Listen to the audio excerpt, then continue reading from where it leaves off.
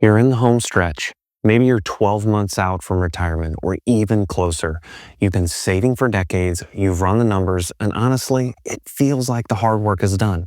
But the last year before retirement is not the finish line. It might be one of the highest stakes financial years of your entire working life. I'm Josh Duncan, partner at F5 Financial Planning, where we take a fiduciary approach to maximizing our clients' wealth. Today, I'm going to walk you through 4 mistakes in your last year before retirement that could take a major toll on your retirement. They're not complicated, they're not obscure. They happen to smart, well-prepared people just like you, because people are focused on the emotional milestone of retiring, not the financial mechanics of how they actually leave. By the end of this video, you're going to know exactly what those 4 mistakes are, why they happen, and most importantly, what to do instead. Let's get into it. Here's the first one. And it's one of the most common things I see. Most people reach the last year before retirement thinking, I've run the numbers, I know what this looks like, and maybe they have. Maybe they've been to a financial planner. Maybe they've used an online calculator. Maybe they just know their Social Security estimate and their account balances. But there's a big difference between running the numbers and stress testing the plan. And the reason the last working year is your last chance to do that stress test, you still have a paycheck. That sounds obvious, but think about what it actually means. Right now, if you discover that your projected retirement budget is off by $500 a month, that hits your paycheck. You make an adjustment, you course correct, and life goes on. The moment you retire, that same gap hits your portfolio, and now you're not adjusting, you're spending down assets. Those are very different problems. So here's what I want you to actually do this year. Not think about it, do. First, test drive your retirement budget. For 3 to 6 months, try living on what you've projected your retirement spending to be. Not approximately, not close enough, the real number. What you find out will be far more valuable than any spreadsheet projection. Second, account for the front-loading effect. This is something people consistently underestimate. Year 1 of retirement is frequently a very expensive year. A new car you've been putting off, a home project you've been deferring, that big trip you've been promising yourself, that bucket list travel. These are real costs, and they are not average costs. They tend to cluster right at the beginning. Third, answer this question before you retire, not after. What is your plan if the market drops 20% in your first year? Do you have 2 years of living expenses in cash or short-term reserves so that you are not forced to sell investments at a loss just to pay your grocery bill? If you don't have a clear answer to that question, that is the conversation to have this year, while you still have the income to build that cushion if you need to. Okay, mistake number 2. This one frustrates me because it involves money you already earned. You did the work, you just didn't collect what you were entitled to. When most people think about their last year of work, they think about their salary, their retirement account, maybe their bonus. But there's an entire category of employer benefits that people walk away from simply because they didn't do a comprehensive audit before their last day. Let me walk you through the common ones. Uninvested equity, stock, options, RSUs. If any part of your compensation has been in company equity, you need to know the exact vesting schedule. Some of it may have a cliff date, meaning if you leave one day before that date, it disappears. Timing your retirement around a vesting event could be worth tens of thousands of dollars. Know those dates. Unused paid time off. Does your employer pay out unused PTO when you leave? Many states actually require it, but company policies vary. If you have 4 weeks sitting there and you've never checked the policy, check it now. That can be a meaningful check on your way out the door. The 401k employer match. If your company matches your contributions and you retire mid-year, you may be leaving a partial year of matching on the table, especially if the match is calculated annually and requires you to be employed on a certain date to receive it. This is worth understanding before you pick a retirement date. Pension elections. If you're lucky enough to have a traditional pension, here's something most people don't realize. The payout election you make, single life versus joint and survivor, lump sum versus annuity, is a one-time irrevocable decision. Once you sign those papers, you cannot change your mind. This deserves serious, careful analysis well before your last day.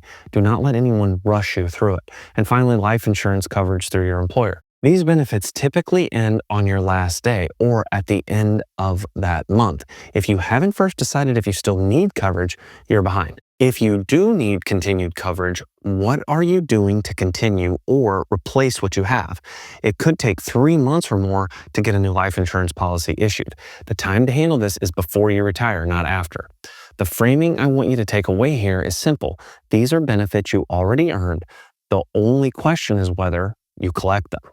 Mistake number 3. And for a lot of people, this can be an expensive one. If you are retiring before age 65, you have a healthcare gap problem. Your employer coverage ends typically on your last day or the end of that month. Medicare doesn't start until 65. That gap might be 1 year, it might be 5 years, and navigating it without a plan can cost you tens of thousands of dollars or leave you uninsured. Now, most people are vaguely aware that options exist. COBRA, the ACA marketplace, a spouse's employer plan. They know these things are out there. What they don't always do is make the decision and get enrolled before their last day. That's the mistake, not the knowledge gap, the execution gap. So let's talk about what you're actually choosing between. COBRA lets you continue your current employer coverage for up to 18 months. The benefit is continuity, same doctor, same network, zero disruption. The downside is cost. You're now paying the full premium, including your portion your employer used to cover. For many people, that's a shock. The ACA marketplace, the Affordable Care Act plans, can actually be significantly cheaper once your income drops in retirement, especially if you're drawing down assets from a taxable account rather than taking a salary or drawing from your IRA. Your subsidy eligibility is based on your projected income. But here's the key word, projected. You need to carefully estimate your first-year retirement income to figure out what subsidy you might qualify for. Financial planner can help you model this, and the savings can be substantial. If your spouse is still working and has employer coverage, adding you to their plan may be the simplest and most cost-effective option. But understand the enrollment window. Losing your own employer coverage is a qualifying event that opens up a special enrollment period. You can't wait until open enrollment if you miss that window. Now, a quick word on HSAs because this trips people up. If you're currently on a high-deductible health plan and contributing to a health savings account, here's what actually ends your eligibility to contribute. Enrolling in Medicare, not retiring. If your healthcare bridge plan, whether it's COBRA, an ACA plan, or a spouse's plan involves staying on a high deductible plan, your HSA contribution window stays open. But if you're heading straight to Medicare at 65, understand that that clock is ticking. Max those contributions every year you still can. The bottom line on healthcare, know your last day of coverage, compare your options, and get enrolled before the gap opens. Enrollment deadlines are real, and you cannot retroactively fill an uninsured period. And mistake number 4. This one is probably the least glamorous and probably the most financially consequential of all 4. Here's the thing most people don't realize. Your retirement date is a tax decision. It's not just a calendar milestone. It's not just about when your HR paperwork goes in. The specific date you choose controls more than you think. Let me explain what's actually at stake. Your retirement date controls how much earned income you report this year versus next year. That affects your tax bracket for 2 years at once, the year you retire and the year you don't. If you have a large bonus, equity payout, or deferred compensation hitting the same year you retire, that income stacking can push you into a significantly higher bracket. Or if you time it carefully, you can position yourself in a lower bracket for both years. Your retirement date also controls whether you can still max your 401k and catch up contributions. Those contributions require enough paychecks remaining in the year to actually make them. If you retire in March, you've lost 9 months of contribution opportunity and possibly years of tax-deferred or tax-free growth, depending on the account type. The same logic applies to IRA contributions, both traditional and Roth. Contributing to an IRA requires earned income in the tax year. No income, no contribution. If retirement is coming and you want to get one final year of IRA contributions in, make sure you've planned for it. And if you have equity compensation, stock options, RSUs, anything like that, the timing of when you exercise or sell those shares relative to your income level that year is a significant tax planning conversation. Exercising options in a high income year versus a lower income year can mean thousands of dollars in difference. Now, and I want to spend a moment on this because it belongs right here, Social Security timing. I see people treat this as an afterthought. I'll figure out Social Security after I retire. That is backwards. When you file for Social Security, when your spouse files, how those decisions interact with your first year income level and tax bracket, all of that is a retirement date level decision. If you file too early, you lock in a permanently reduced benefit for life. If you have 2 spouses in the household, there's a coordinated filing strategy that can meaningfully increase lifetime household benefits. These are decisions that need to be made before you retire, ideally as part of the same conversation where you're choosing your actual retirement date. The practical takeaway is this: have a conversation with your CFP and your accountant before you pick a date, not after. The date is not arbitrary. The right date for you might be the last working day of December. It might be February 15th. It might be tied to a vesting event or a bonus payment, but it should be intentional, not just the birthday you've been counting down to. A well-timed retirement date can be worth thousands of dollars, and arbitrarily choosing one can cost you just as much. Okay, let's bring this home. We've covered 4 mistakes today, and I want to be clear. None of these are the results of anyone wanting to blow up their retirement plan. They happen because everyone is focused on the emotional milestone of crossing that finish line. And I completely understand that. Retirement is a huge life moment, but the financial mechanics of how you leave matter just as much as the decision to leave. So here's your quick recap of the 4 things to get right in your last year. Number 1, stress test your income plan while you still have a paycheck. Test drive your budget. Plan for year 1 front-loaded spending. Build a cash cushion to protect yourself from sequence of returns risk.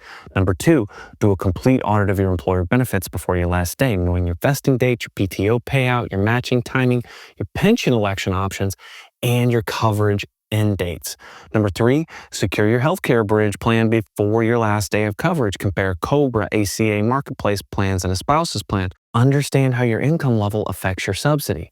Know when Medicare enrollment cuts off your HSA contributions.